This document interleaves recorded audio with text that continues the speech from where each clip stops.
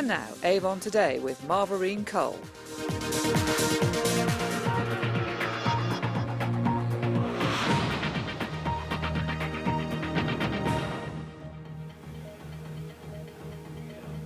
Welcome to Avon Today, the programme that brings you the news from around the Vale of Evesham, as well as stories of interest from the rest of the world.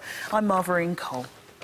Following a spate of local mobile phone-related muggings, the police have published new national figures showing that this is by far the fastest-growing crime in the UK. Ministers are pressing phone manufacturers and network providers to make it more difficult for thieves to use stolen mobile handsets. Our reporter Rory Keflin-Jones brings us this report. He's an all-too-common victim of Britain's fastest-growing crime. Shane Smith is a teenager mugged not once but twice for his mobile phone. On the second occasion, he and a friend were attacked. He just produced this knife and he said, "Hey lads, give us your phones." And he emphasised on the knife as if he was going to use it, and So when someone does that, you just hand over your phone. You don't bother, saying no, I haven't got one, or messing about with them. You just give it to them. Mobile phone theft has doubled in 2 years. Today's figures show it's teenagers who are most likely to be both the victims and the offenders. Mobile phone ownership has been soaring. The phones themselves are getting far more sophisticated and expensive. It's perhaps no surprise that they're a target for theft. Now, the industry says it's doing what it can to boost security, but the government says companies should be doing far more to make phones less attractive to thieves. Do you know how to find your IMEI number, which is like the serial number for the telephone? At this South London school, the police encourage pupils to record their handset's serial number as part of the drive against crime. The head girl believes the industry should also do more. They should make it harder for your phone to be used by anyone else except for you. More should be done for people who have their phones stolen. These girls have all been the victims of phone thieves and are now more careful. I won't use my phone out anymore unless I really have to, and then even when I do, I'll use it as quietly as possible, and I keep my phone totally on silent now. For a new generation, they're fashion accessories as well as vital tools, but their mobile phones have also made them targets for what are often violent crimes. Rory Keflin-Jones, BBC News. Now to Italy, where security forces have shut down the airport near Mount Etna to allow workers to clear a thick layer of volcanic ash off the runway. Europe's most active volcano has spewed thick clouds of smoke and ash for 3 days now, and tongues of lava are licking steadily down the mountainside. The lava has been flowing at about 3 meters an hour, and that's considerably slower than over the previous few days.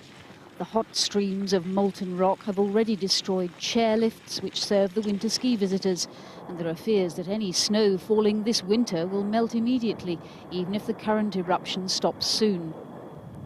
The lava is now within 4 kilometers of Nicolosi, and though in 1886 local people called on the powers of a saint to divert the volcano's destructive flow, the authorities have now enlisted mechanical help. Large diggers are now employed night and day to carve ditches and banks to carry the lava away from the homes and businesses in Nicolosi. Planes carrying huge supplies of water are due to fly over today to cool the surrounding landscape. The international airport at Catania nearby was closed last night because ash and dust from Etna had covered the runway. Townspeople have been meeting to discuss the threat to their homes. One man expressed concern that the creation of a nature park on the slopes of the volcano had prevented the construction of banks to divert the lava flow. Tourists and sightseers, however, continue to come to the area, despite appeals to them from officials to stay away. They're restricted to lower ground. Etna springs to life every few months. During the last major eruption 9 years ago, the army had to use explosives to channel the lava away to protect another town on its slopes. Jane Bennett-Powell, BBC News. Well, let's get more on this story now. With me in the studio is our science correspondent, Ian Abraham, and Mike Sharman, the Foreign Minister. I'll be talking to them later, but first, let's cross to Italy, where we can speak to eyewitness Oliver King. Oliver, thanks very much for joining us. I understand that you and your family are stranded in Italy now. You were due to fly out from that airport that's now closed back to Britain. But what's happening to you now? Well, we're just being held up, really. Like I said, we've been here for 2 weeks now. We were supposed to come back the week before, but yeah, we've not been able to get back, obviously. We are being looked after really well at the place we're staying, actually. We've got a good deal in place, so we can stay there for a reasonable price instead of being charged extortionate rates, so it's not been too bad. Great. And what are you being told about how soon you'll be able to get home? Well, like I said, they're working extensively to try and get us back as soon as possible. The airports are keeping in touch with us daily. A couple of times a day, they'll tell us what's going on and how soon we can expect a flight. So it's not happened yet, but hopefully in the next couple of weeks we might be able to get back home. OK, great. Thank you very much indeed, Oliver King there, stranded because of not being able to get back home. Ian, can I come to you? You've been obviously talking to scientists who've been analysing the volcano. What do we know then about how serious this is compared to previous eruptions? Well, it hasn't been as bad as it has been in previous years. There haven't been as many casualties as there has been in years before, and the extent of the damage isn't as bad as years before. So in many senses, we're quite fortunate to the extent of damage that has happened so far. Any idea then in how long the disruption's likely to continue in terms of, the airport being closed temporarily? Well, the people at the volcano analysis centre think that the volcano will still erupt for another 2 days, and then after that you still have the issue of the volcanic ash. So that may hold up transport and things of that nature, held up for another week or so. Great, thank you, Ian. Mike Sharman, can I come to you, Foreign Minister? What have your counterparts in Italy been saying about how the clean-up operation and so on is going at the airport? It's going quite swiftly, to be honest with you. We think it could be done in 2 weeks, and hopefully tourists can get out of Italy. And very quickly, do you know how many British tourists are stranded there at the moment? There's roughly about 200. OK, and there is an information line for them to call if they need to find out about relatives that they're worried about out there.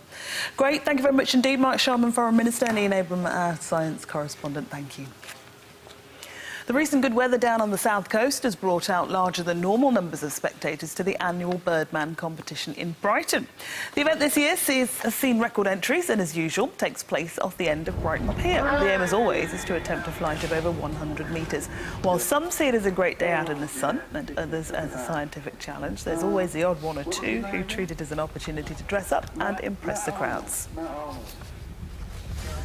A swimming club in Australia has come up with a snappy way to make its members race faster. A club in Darwin has brought a 6-foot-long crocodile, which it releases into the pool. Although the crocodile's jaws are taped shut, the swimmers say their new training partner has helped knock seconds off their best times. The space shuttle in Atlantis has undocked from the International Space Station after an 8-day operation to install a new airlock. NASA has declared the mission a success, despite leaks in the airlock that forced a 1-day extension of the operation. The famous Coolins Mountains on the Isle of Skye could be saved for the public. The mountain's owner, John McLeod, put the mountain range up for sale with a price tag of £10 million more than a year ago. Now he says he's prepared to give the mountains to a public charitable trust if funding can be found to save the castle. And now for a look at the weather scene. Tonight's weather picture is by Thomas Warbank, aged 4, who goes to Wood Norton Primary School, and it shows a picture of a tractor. Right, here's Raj Carrier to tell us all what's in store for the Vale in the next few days on the weather front. Raj. Thank you, Maureen. The wet weather which has been with us today will continue this evening as a low-pressure front moves across the region. However, all the clouds mean that the temperatures will not drop and it will start off as a mild night. Overnight, the poor weather will move away to the east and a high-pressure area will replace it. This means that by the morning, the skies will have cleared and that we might see a touch of frost at dawn in some sheltered areas. The outlook for tomorrow is good with plenty of sunshine and only a light wind. As a result, temperatures could rise as high as 14 degrees centigrade in some places. And the outlook for the next few days will be dry and bright with plenty of sunshine, but low temperatures and frost at night. Back to you, Maureen. Thanks very much, Raj. In our next bulletin, we'll be featuring an in-depth interview with Prime Minister David Cameron and a report on alcohol abuse among young people. Plus, of course, all the usual features. We'll be back soon with all the news as it happens. Good night.